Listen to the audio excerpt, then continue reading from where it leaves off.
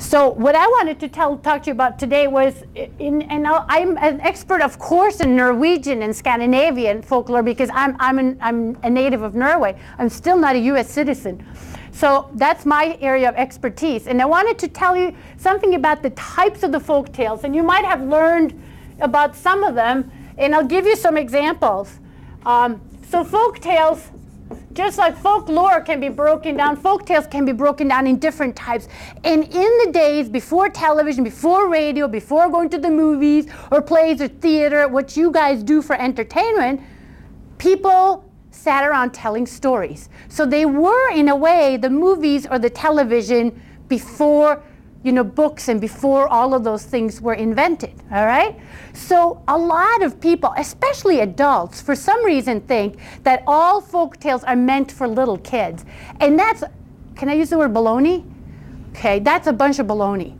Absolutely not true. Folk tales were meant for everybody, kind of the way television is meant for everybody. But just as in the case is for television, there were certain kinds of stories that you would tell just when all the little kids were also awake, like after school, right? The shows that are on after school are very different from the shows that are on at, say, 9 or 10 o'clock at night. You all agree? Mm-hmm. Yeah, it's exactly the same with folk tales. And so there's some, you may think that this belongs to the ancient world, but actually it's not that different. So the tales that were told when the little kids were still born or still awake, were, first of all, a kind of story which were called a cumulative. And a lot of you know those stories. Have you heard the story about the pancake or the house that Jack built?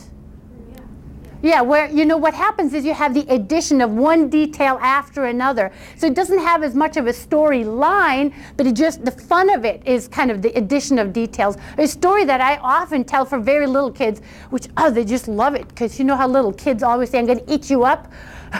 They always like stuff that has to do with food, is a story called The Fat Cat. And I would normally only tell this is the kind of television or kind of story that's really good for 2 to 5 or 2 to 6 years of age. And I'll just sort of very briefly tell you parts of that story so you can get an idea of it. It's a story I love to tell called The Fat Cat, so that you have a clear picture in your head. Once upon a time, a long, long time ago, there was an old woman who had a cat. Well, one day she made herself a nice big pot of gruel. And as she was about to sit down to eat the gruel, she realized, she didn't have any cream or sugar. It was going to taste terrible. So she said to her cat, I'm going to run over to the neighbors, I'm going to get cream or sugar. You stay here and don't get close to the gruel. So she left. And as soon as she was out the door, the cat walked up to the gruel, sniffed it, and thought, ooh, that smells so good. And he thought, she'll never be able to tell. So she went, and he took a little lick. It was so tasty. So he bent down and he took another. And before he knew it, he had eaten up all the gruel, but he was still hungry. So he ate the pot as well. Well, just then the old woman walked in the door, and she looked at her cat, and she said, my little cat, you are very fat. What have you been eating? And the cat said, I ate the gruel and the pot, and now I'm going to eat you. If you're a little kid, you would have been squealing by now, okay? You got to get into it. But he was still hungry, so he walked on out the house and down the road until he met Skalinkalot. And Skalinkalot said, my little cat, you are very fat. What have you been eating? And the cat said, I ate the gruel and the pot and the old woman too, and now I'm gonna eat you.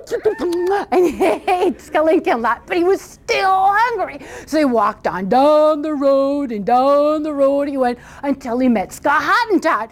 And Skahottentot looked at this fat cat and said, my little cat, you are so fat. What have you been eating? And the cat said, if you were little, you'd go, I ate the gruel and the pot and the old woman too and Skalinkalot, and now I'm going to eat you.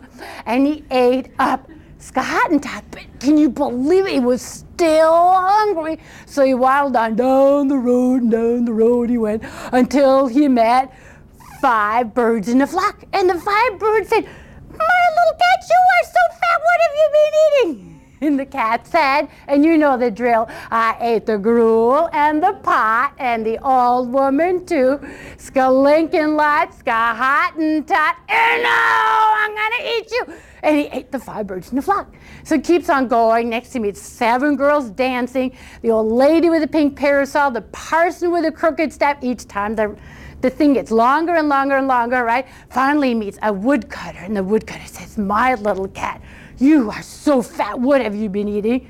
And the cat said, "I ate the gruel and the pot and the old woman too, skalinkin lot, ska hottentot, 5 birds in the flock, 7 girls dancing, the old woman with the pink parasol, the parson with the crooked staff, and now I'm gonna eat you." "Oh no, you are not," said the woodcutter. And he got out his axe and he sliced a great big hole in the cat's tummy, and out jumped the parson with the crooked staff, the old woman with a pink parasol, 7 girls dancing, 5 birds in the flock, ska hottentot, skalinkin lot, and the woman jumped up and grabbed her pot and ran home as fast as she could go. So the woodcutter took the cat, stitched up his stomach, and put a great big Band-Aid on it, and brought him home to live. And that night the cat had such a bad stomachache, he promised himself he would never eat that much again, ever. And he never did. And don't you do that either. Og snipp, snapp, snute, her eventyret ute, which is Norwegian and means snip, snap, snout. This tale is told out, which you're going to have to learn. Snip, snip, snup, snup, snute, her eventyret ute. See, that's, you know, when your parents say to you, "What did you learn in school today, dear?" You can say, "I learned Norwegian."